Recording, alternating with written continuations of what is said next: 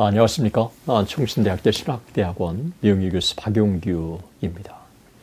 19세기 미국 기독교, 특별히 미국의 기독교 중에서 주류를 형성하는 장로교 안에 상당히 많은 변화가 일어납니다. 미국 장로교는 1706년에 첫 노회가 결성되고, 그리고 1716년에 대회가 결성되고, 그리고 1789년에 총회가 결성됩니다. 그리고 미국 장로교 안에는 1837년에 뉴스쿨과 올드스쿨이 통합안과 그리고 노예 문제로 분열됩니다.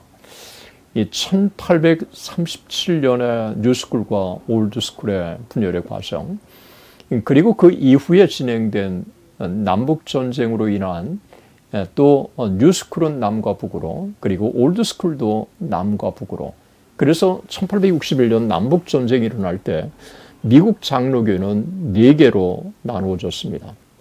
그러다가 남북전쟁이 일어나면서 역시 신학을 떠나서 남쪽은 남쪽대로, 또 북쪽은 북쪽대로 뭉치기 때문에 북쪽은 올드스쿨과 뉴스쿨이, 그리고 남쪽도 올드스쿨과 뉴스쿨이, 먼저 남쪽이 1864년에 연합하고, 그리고 5년 후에 1869년에 북쪽의 올드스쿨과 뉴스쿨이 연합을 하게 된 것입니다. 남쪽의 올드스쿨과 뉴스쿨이 합쳐져서 공식적인 이름을 PCUS로 채택합니다. 우리는 이것을 남장로교라고 얘기를 합니다. 한국에 파송된 선교사 중에 레이놀즈 선교사가 바로 남장로교 선교사였죠. 그리고 1869년에 북쪽의 올드스쿨과 뉴스쿨이 연합을 했는데 이것을 북장로교 PCUSA라고 그렇게 말하고 있습니다.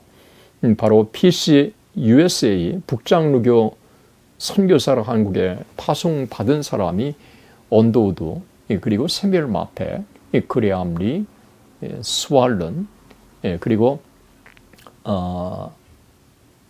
베어드, 이런 사람들이라고 할 수 있습니다.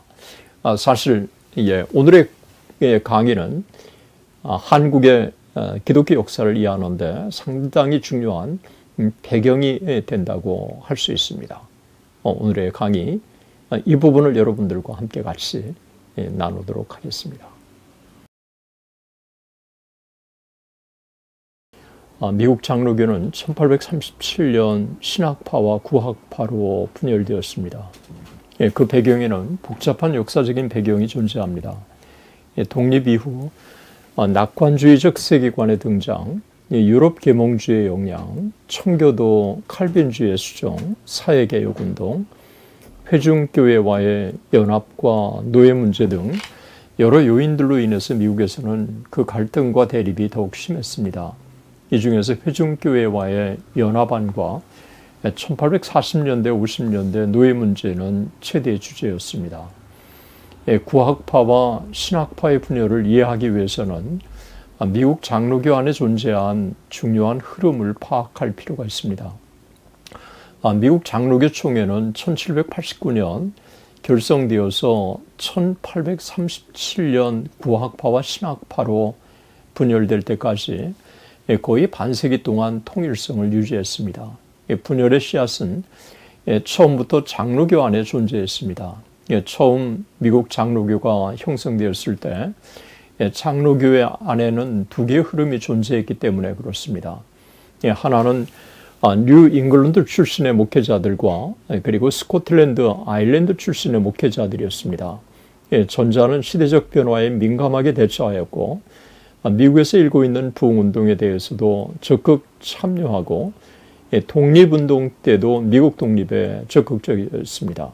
1741년 노팅엄에서 길버트 테넌트가 회심받지 못한 목회자의 위험이라고 하는 설교를 통해서 올드사이드, 구파를 공격하자 구파와 신파가 1741년 분열했다가 1758년에 다시 연합합니다. 이 두 개의 흐름은 장로교 안에 존재한 것입니다. 이 둘의 차이는 많은 차이가 있지만 공통점도 많았습니다. 웨스민스터 신앙고백을 공통신앙고백으로 채택했고 웨스민스터 대요리 문답도 소요리 문답도 받아들이고 역사적 장로교 정치를 채택했습니다. 차이점에도 불구하고 둘은 가장 중요한 신앙고백과 이 교회 정치에서 일치를 본 것입니다. 이것 때문에 구파와 신파는 서로 하나의 총회를 1789년에 형성할 수 있었습니다. 그러나 부흥운동에 대한 태도, 구칼빈주의 엄격한 신학을 그대로 계승하려고 하는 점에 있어서는 차이가 있었습니다. 구파는 부흥운동을 반대했지만 신파는 부흥운동을 찬성했습니다. 구파는 엄격한 칼빈주의 신학 전통을 그대로 계승하기를 원했지만 신파의 경우에는 미국의 낙관주의 문화와 사회 전통과 칼빈주의를 조화시키려고 한 것입니다. 가장 민감한 부분은 부흥운동과 연합에 대한 태도였습니다. 구파는 연합운동에 대해서도 부흥운동에 대해서도 역시 미온적이었습니다. 하지만 신파는 그 반대였습니다. 회중교회와의 연합과 부흥운동에 매우 적극적이었습니다. 이런 둘의 성향은 지역별로 차이가 있었습니다. 지역에 따라 색깔이 달랐는데 뉴욕과 뉴잉글랜드 경우에는 신파 성향이 강했고 미국 남부와 펜실베니아, 뉴저지는 구파 전통이 강했습니다. 이런 지역적인 성향 때문에 1741년 구파와 신파가 분열했을 때도 구파는 필라델피아 대회를 중심으로 신파는 뉴욕 대회를 중심으로 분열된 것입니다. 이런 차이가 있었지만 미국 독립운동에 미국 장로교는 적극 참여했습니다. 1789년 필라델피아에서 첫 총회가 조직되었습니다. 총회는 뉴욕과 뉴저지, 필라델피아, 버지니아, 캐롤라이나 4개 대회로 구성되었고 이 대회는 16개 노회와 약 18,000명의 회원이 포함되었고 웨스민스터 표준을 주요 교리 표준 문서로 채택했습니다.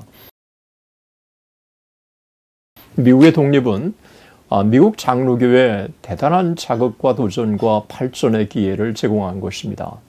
첫 총회장 비더스프는 미국 독립선언서 서명자 중에 한 명이었습니다. 미국 독립 외에 미국 장로교의 발전을 촉진시킨 또 하나의 요인은 바로 1800년부터 1830년까지로 특징되는 2차 대각성 운동이었습니다.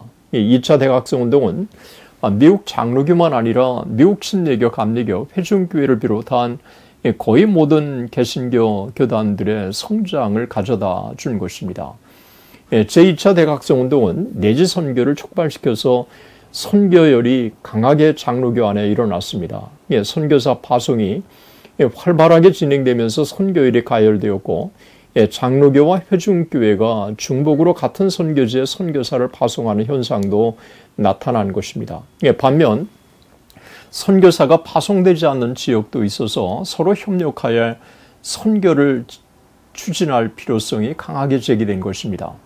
이런 상황에서 선교지에서 선교사들 가운데 장로교와 회중교회의 연합의 필요성이 제기되었고 이것은 다시 같은 칼빈주의 노선의 장로교와 회중교회 두 격파가 차제에 연합하는 것이 필요하겠다고 하는 연합의 필요성이 강하게 제기된 것입니다. 이런 시대적 흐름 속에서 1801년 미국 장로교 총회는 커네티컷 회중교회 총회와의 연합안을 통과시킨 것입니다. 장로교 선교사들이 뉴욕 서부와 노스웨스트 지역에서 회중교회 선교사들과 협력했습니다. 이와 같은 노력에 힘입어서 장로교인들과 회중교회 주의자들이 참석한 가운데 1810년 미국 해외선교위원회 ABCFM을 결성합니다. 두 교파의 협력은 더 한층 강화되어서 회중교회 정치와 장로교 정치에 상관없이 장로교 목회자와 회중교회 목회자 초청을 가능하게 열어놓았습니다. 그래서 장로교 정치 제도를 가진 교회에서 회중교회 목회자를 초청할 수 있었고 회중교회도 마찬가지로 장로교 목회자를 청빙할 수 있도록 했습니다. 이 때문에 교회론과 정치 문제를 두고 목회자와 교인들 간에 의견 대립과 갈등이 발생하기도 한 것입니다.